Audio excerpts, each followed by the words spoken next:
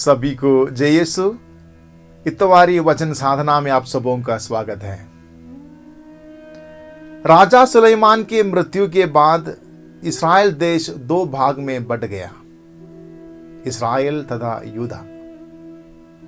इस्राएल देश के राजा मूर्ति पूजक बने और जनता को मूर्ति पूजा के लिए प्रेरित किया। सर्वशक्तिमान सकलेश्वर को तथा उसकी आज्ञाओं को त्याग कर लोग घोर पाप में डूब गए। इस प्रकार उन्होंने ईश्वर के विधान को भंग कर दिया।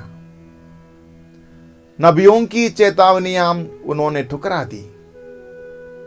परिणाम यह निकला कि असुरियों ने इस्राएल देश पर अधिकार जताया और अधिकांश देशवासियों को गुलाम बनाकर ले गए।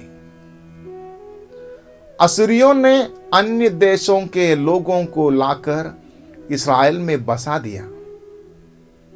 बचे खुचे इस्राएल वंशियों के साथ इन लोगों का संपर्क हुआ और वहां एक संकर जाति का उदय हुआ। ये इस्राएल के परंपरागत विश्वास और नए लोगों की मूर्ति पूजा को सम्मिलित करके एक नए धर्म का पालन करने लगे। ये लोग समारी नाम से जाने जाने लगे। यहूदी लोग इन्हें तिरस्कार की दृष्टि से देखते थे और दोनों में दुश्मनी थी। फिर भी दोनों जनताओं में एक प्रतिज्ञात मसीह के आगमन की प्रतीक्षा बरकरार थी। प्रस्तुत प्रतिज्ञात मसीह की सजीव चर्चा हम यूहन्ना रचित सुसमाचार अध्याय 4 में पढ़ते हैं। चर्चा मनुष्य बने प्रतिज्ञात मसीह यीशु और एक पापनी समारी स्त्री के बीच में है। पूरा घटनाक्रम मसीह के ईश्वर की मुक्ति योजना को कार्यान्वित करने के विशिष्ट तरीके की जीवंत तस्वीर हमारे सामने प्रस्तुत करता है। यीशु याकूब के झरने के पास बैठ गए और 3-4 नहीं 12 शिष्यों को भोजन खरीद लाने के लिए भेजते हैं।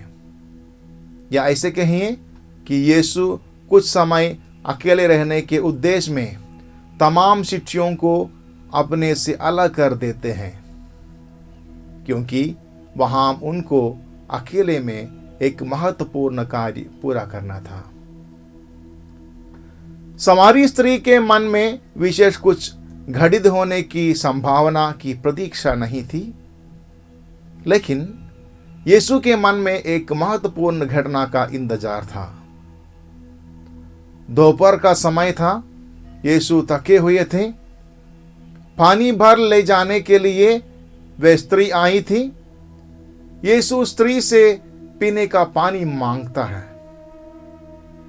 यह बिल्कुल स्वाभाविक और साधारण एक कार्य था, लेकिन वह एक सोची समझी चाल थी। यीशु के पहले परिश्रम में ही वह स्त्री फंस गई। यीशु पानी मांगते हैं, लेकिन वह स्त्री यहूदी समारी विवाद की सैकड़ों वर्ष पुरानी याद दिलाती है। धीरे धीरे यीशु की ज्योति उस स्त्री के अंतरतम को छू लेती है। अपनी घबराहट छिपाने के लिए वे होशियारी से विषय परिवर्तन करती हैं, लेकिन जल्दी ही उसे यीशु को मसीह मानना पड़ता है। दिलचस्प बात यह है कि यीशु ने उस समाज भ्रष्ट पापनी स्त्री को प्रेषित बनाकर उसी समाज में भेजा और वे अपने कार्य में विजयी हो गई। यीशु की ज्योति ने उसके हृदय को पवित्रता में नहला दिया और समाज में उसको स्वीकृति मिली। उसके वचनों में मान्यता देकर समारी लोग उसके पास आए और अपने नगर में उनका स्वागत करके उनकी शिक्षा सुनकर विश्वासी बन गए। ईश्वर की मुक्ति योजना निराली है। जिस समाज में वह स्त्री तिरस्कृत थी, उसी समाज में वह शुभ संदेश लेकर जाती हैं और लोग उसे स्वीकार करते हैं। जिस राजा के भाई से मूसा मिस्र से भाग गया था, उसी के पास वह इस्राएलियों को छुड़ाने के लिए भेजा जाता है। जिन इस्राएलियों ने मूसा को तिरस्कार के दृष्टि में देखा था, उन्हीं के मौजे के रूप में वह भेजा जाता है। यीशु नाम को धरातल से मिटा देने का दृढ़ संकल्प लेकर दौड़ने वाला साउल उसी पवित्र नाम का यशोगान सुनाने के लिए अभिषिक्त किया जाता है। मसीह मुक्तिदाता है।